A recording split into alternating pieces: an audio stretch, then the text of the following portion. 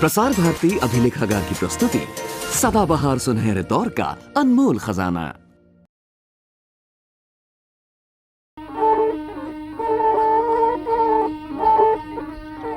हमारे समाज के अलावा एक और समाज भी है, आदिवासी समाज। यह समाज जंगलों, पहाड़ों और समुद्र के किनारों में बसा हुआ है। इन जातियों में से एक जाति है कटकरी, जिसको खतोड़ी कटकरी भी कहते हैं।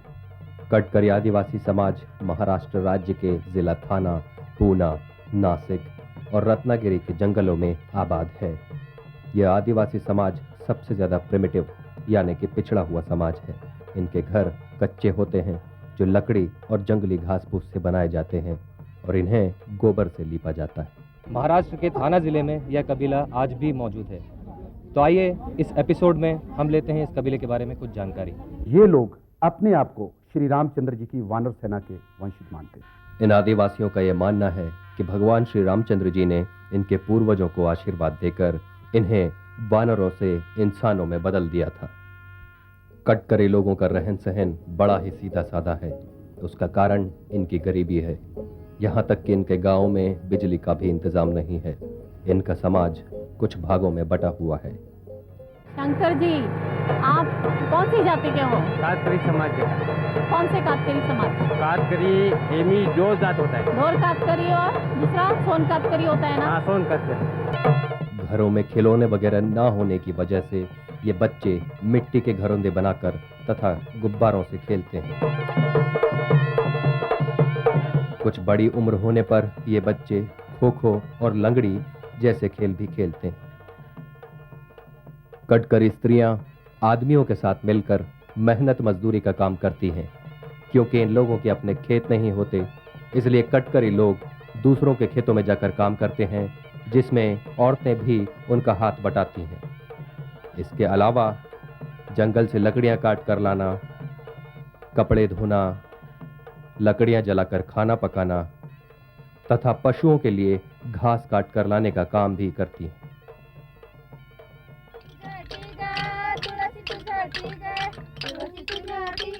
अपने खास त्योहारों तथा उत्सवों पर कटकरी लड़कियां अच्छे अच्छे वस्त्र पहनकर अपने लोकगीत गाती हैं। इसे भोंडवाई का गीत कहते हैं। खास तौर पर दशहरे के दिन लड़कियां दूसरे गांवों में जाकर यह गीत गाती हैं।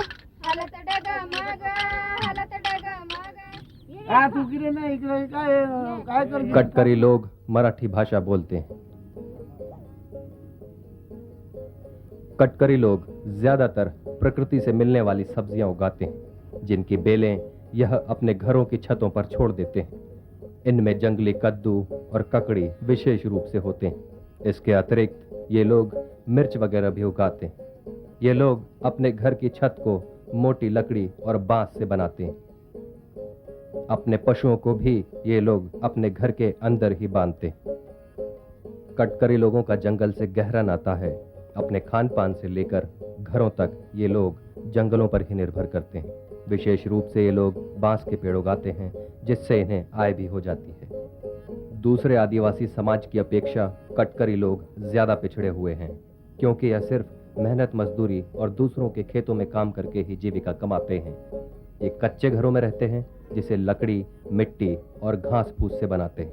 उसका एक कारण ये भी है कि ये लोग मजदूरी के लिए जगह जगह घूमते हैं और जहां भी जाते हैं ऐसे ही कच्चे मकान बना लेते हैं। कटकरी जाति के लोग काफ़ी मेहनत मुशक्कत वाले लोग हैं।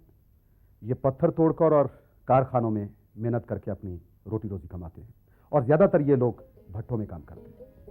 सुबह से शाम तक कटकरी लोग मेहनत मजदूरी करते हैं। पुरुष ज्यादातर पत्थर तोड़ने का काम करते हैं तथा स्त्रियां पशु चराती हैं और खेतों में काम करती हैं। दिन भर की थकान दूर करने के लिए ये लोग मदिरा पान करके नृत्य करते हैं। कटकरी समाज के आदिवासी लोगों के रीति रिवाज, त्योहार, इनकी शादी ब्याह की रस्में हमारे समाज से काफी अलग है।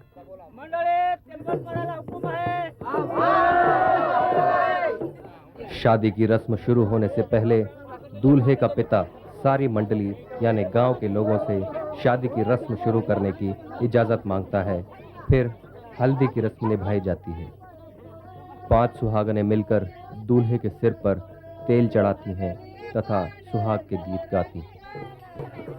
शादी की रस्म के दौरान ये लोग चावल की छोटी छोटी ढेरियां लगाते हैं और इन पर हल्दी डालते हैं। इस मिश्रण को ये लोग बहुत शुभ मानते हैं। इस प्रथा का मतलब ये निकलता है कि ये लोग पीले चावल रंगकर सभी को शादी पर आमंत्रित कर रहे हैं। एक टोकरी के अंदर फूल मालाएं, अगरबत्तियां और शादी की दूसरी सामग्री रखी जाती है।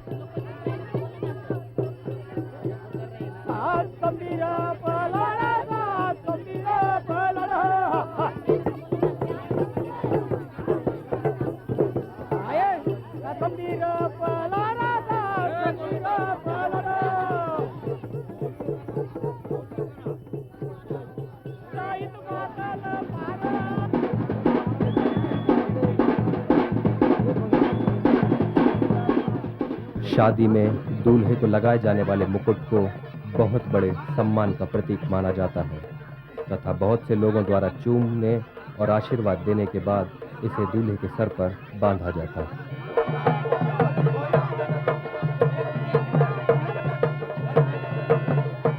लड़की का भाई फूल सूंघते हुए झूमने लगता है तथा दूल्हे दुल्हन को आशीर्वाद देने के लिए अपनी कुल देवी को अपने शरीर पर बुलाता है। इस रस्म के दौरान दुल्हन का भाई मदिरा पान भी करता है तथा दूल्हे से गले मिलता है।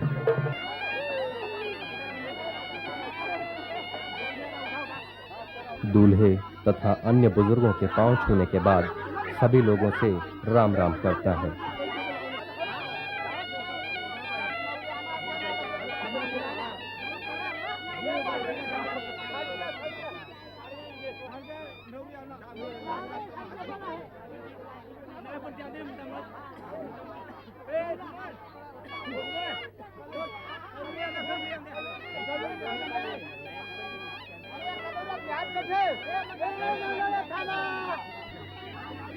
पानी भरे हुए कलश में आम के पत्ते तथा नारियल रखकर उस कलश को सिर पर रखना शुभ मानते हैं। जब बारात आती है तो इनकी प्रथा के अनुसार बारातियों के हाथों में जामुन की डालियां होती हैं, जिन्हें ये मांडव डाली कहते हैं। ये लोग मांडव डालियां हाथ में पकड़े हुए झूमते नाचते गाते बारात लेकर आते हैं।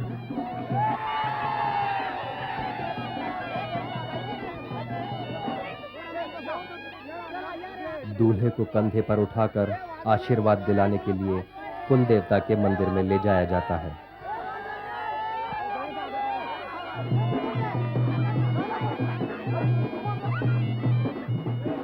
सभी स्त्री पुरुष खुशी से झूमते नाचते गाते साथ में जाते हैं। वापस आने पर दूल्हा दुल्हन एक दूसरे को तिलक लगाते हैं। दुल्हन दूल्हे का स्वागत करती है और उसके पांव छूती है। दुल्हन की मां दूल्हे की आरती उतारती है।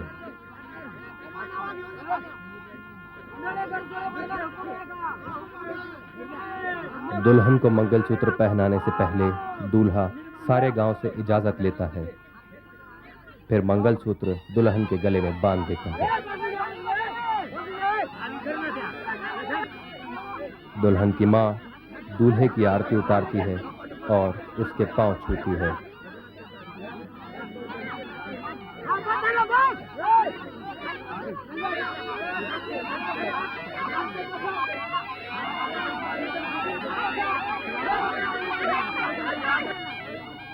दूल्हा दुल्हन एक दूसरे को फूलों की माला पहनाते हैं।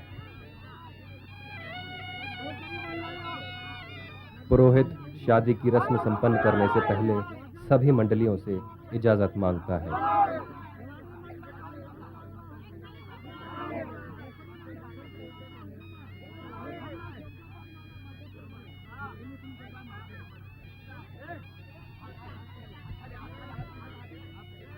उन दोनों के बीच में एक कपड़ा पकड़ा जाता है और गांव का पुरोहित एक जनेऊ जैसा धागा दोनों के गले में डालकर कुछ मंत्रोच्चार करता है।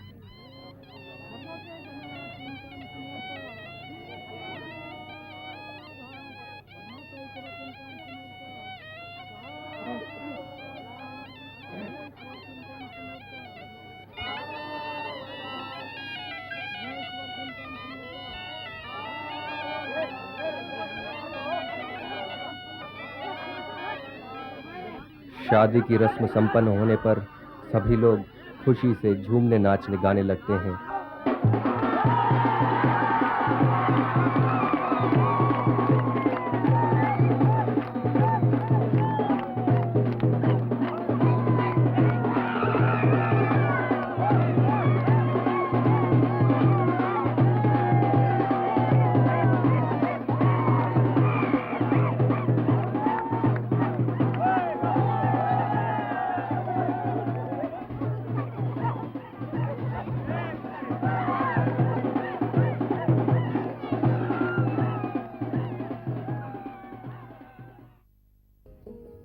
कटकरी लोग सीधा साधा खाना खाकर भगवान का शुक्र मनाते हैं। ज्यादातर ये लोग दाल और चावल का भोजन करते हैं, जिसे ये लोग चूल्हे पर पकाते हैं।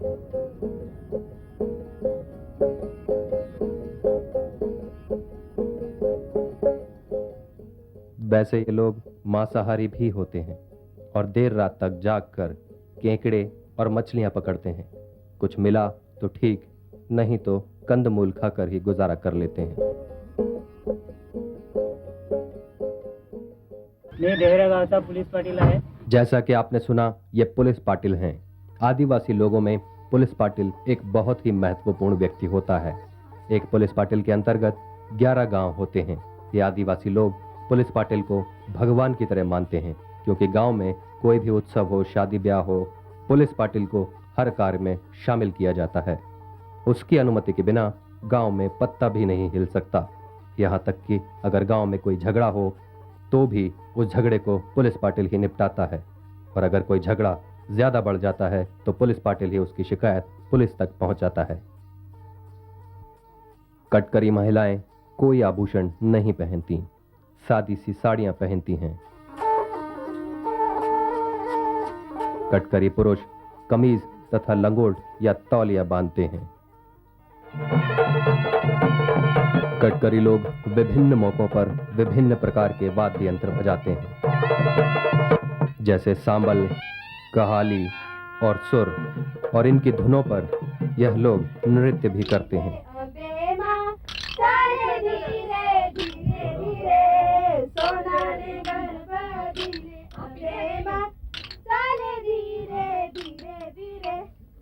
कुछ खास मौकों पर और त्योहारों पर कटकरी महिलाएं छोटी छोटी लकड़ियां बजाती हुई भोंडवान नृत्य करती हैं।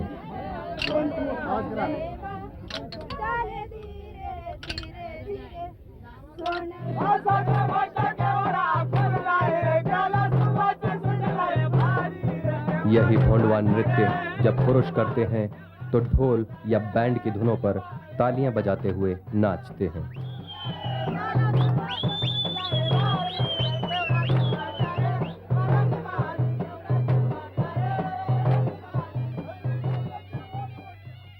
बीमार होने पर कटकरी लोग डॉक्टर या वैद्य के पास जाने के बजाय भगत यानी कि ओझा के पास चले जाते हैं, जो जादू टोने से उनका उपचार करने का प्रयास करता है।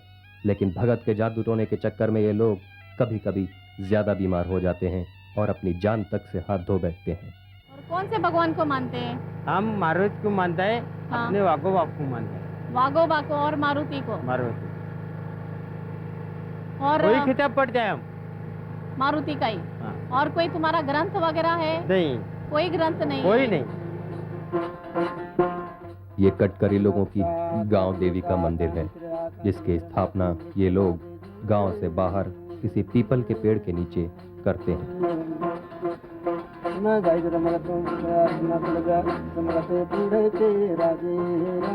ये लोग बड़े ही श्रद्धा भाव से मंदिर में आते हैं।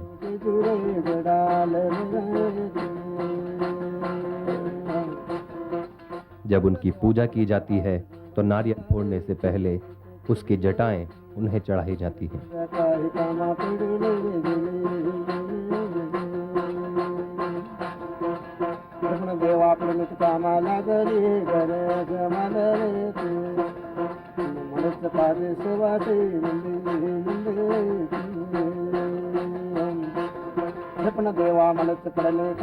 फिर नारियल फोड़कर अपनी कुल देवी की पूजा करते हैं तथा नारियल के पानी का मंदिर में छिड़काव करते हैं। नाही नाही तुला द्या माझे जवळ नंदन गते मिळते द्या पुढे ते राजी होत म्हणतो समुद्र होता चालता झाला झाला रे तू समुद्र गेला बहरी देवाचे राती और मंदिर की घंटी बजाकर मंदिर से प्रस्थान करते हैं।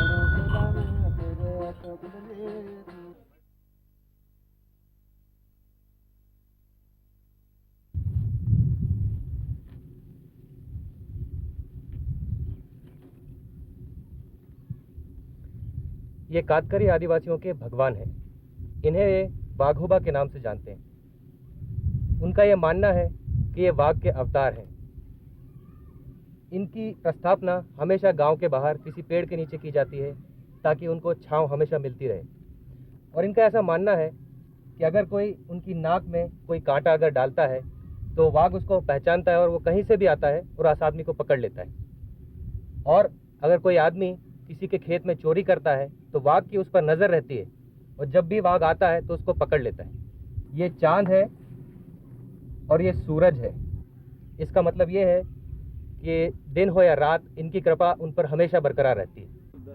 हमने देशमुख साहब से पूछा कि सरकार कटकरी आदिवासियों के लिए क्या क्या कर रही है, तो उनका कहना था कि महाराष्ट्र में ये लोग 11 जिलों में रहते हैं, लेकिन ज़्यादातर ये लोग ठाणा, रायगढ़, रत्नागिरी, नासिक, सिंधुदुर्ग जिलों में रहते हैं। 1991 के सेंसस के अनुसार इनकी जनसंख्या 2,02,000 थी और लिटरेसी रेट 16.38% था, जबकि 1981 सेंसस के अनुसार उनका लिटरेसी रेट 5% था।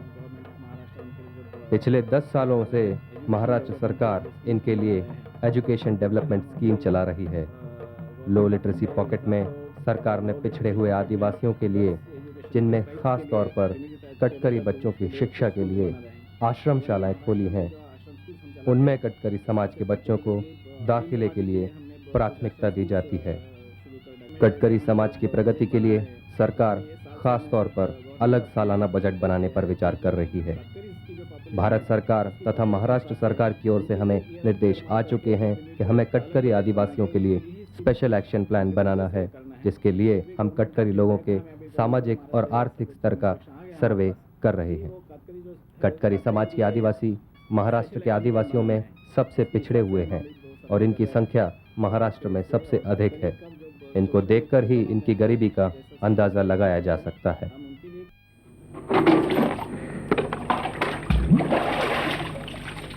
कटकरी लोग पानी के लिए कुओं और बावड़ियों पर निर्भर करते हैं। ये कुएं गांव से कुछ दूरी पर होते हैं। जब कभी पानी का अभाव होता है तो ये लोग झीलों का पानी भी इस्तेमाल करते हैं। इनके पास बच्चों को पढ़ाने के लिए पैसा नहीं है, इसके लिए हमारी सरकार ने इनके लिए भोंगा शाला शुरू की है। ये जहाँ ईंट पट्टियों काम करने जाते हैं वहीं पे सरकार की तरफ से इनके लिए भोंगा शाला की व्यवस्था की गई है। कटकरी लोग ज्यादातर दूसरों के खेतों में काम करके रोजी रोटी कमाते हैं। जब ये काम नहीं होता तो ये लोग काम करने के लिए अपने पूरे परिवार को लेकर एक जगह से दूसरी जगह घूमते रहते हैं तथा ईंट के भट्टों पर काम करते हैं। वहाँ इनके लिए भोंगाशाला की व्यवस्था होती है, जहाँ इनके बच्चों को मुफ्त शिक्षण दिया जाता है। भोंगाशाला अक्सर खेतों और मैदानों में चलाई जाती है। उद्या शाळा 10 वाजता आहे, बरोबर? तुम्ही सर्वांनी याचं कोणी गैर धरायचं नाही।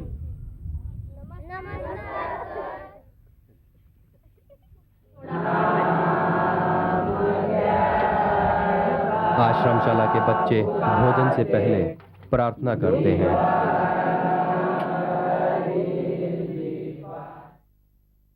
आश्रमशाला के प्रधानाध्यापक स्वयं इस बात का निरीक्षण करते हैं कि बच्चों के खाने पीने की व्यवस्था में कोई कमी तो नहीं है।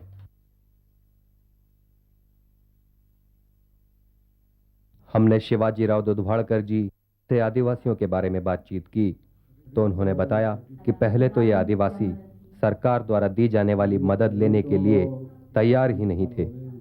आदिवासी इलाकों में पहले सड़कें भी नहीं थीं, इसलिए इनसे संपर्क भी नहीं हो पाता था, लेकिन अब ये लोग धीरे धीरे उस मदद को लेने के लिए आगे आ रहे हैं। शंकर जी, आप दिल्ली गए थे, किस लिए दिल्ली गए थे? हमारे समाज के लिए, कौन से समाज के लिए? कातकरी समाज। कातकरी समाज के लिए। वहाँ आप किस किस से मिले? शंकरजिया शर्मा और सीताराम केसरी और नरसिंह राव अच्छा, वो आपसे मिले? मिले, हाथ कैसे? मिलाया वो लोग ने अपने हमारे पास।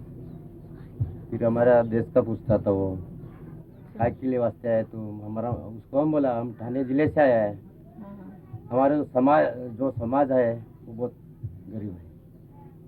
तो उनसे मिलने से आपको कुछ फायदा हुआ? फायदा हुआ, क्या फायदा हुआ? थोड़ा बहुत हुआ, ऐसा 2 बरस या पहला हम बहुत गरीब था। हाँ। अभी थोड़ा फायदा हो गया है। मतलब सरकार को मिलने के बाद आपके कातकरी समाज ने कुछ प्रगति करी है? हाँ, प्रगति की। अच्छा, आपको अच्छा लगा वहाँ से अच्छा मिलके? लगा। आप चाहते हैं और प्रगति हो? हाँ मतलब सरकार काम कर रही है आपके लिए? हाँ, काम। ये पूर्व राष्ट्रपति श्री शंकर दयाल शर्मा जी से मिले, पूर्व प्रधानमंत्री नरसिम्हा राव जी से मिले, सीताराम केसरी जी से मिले।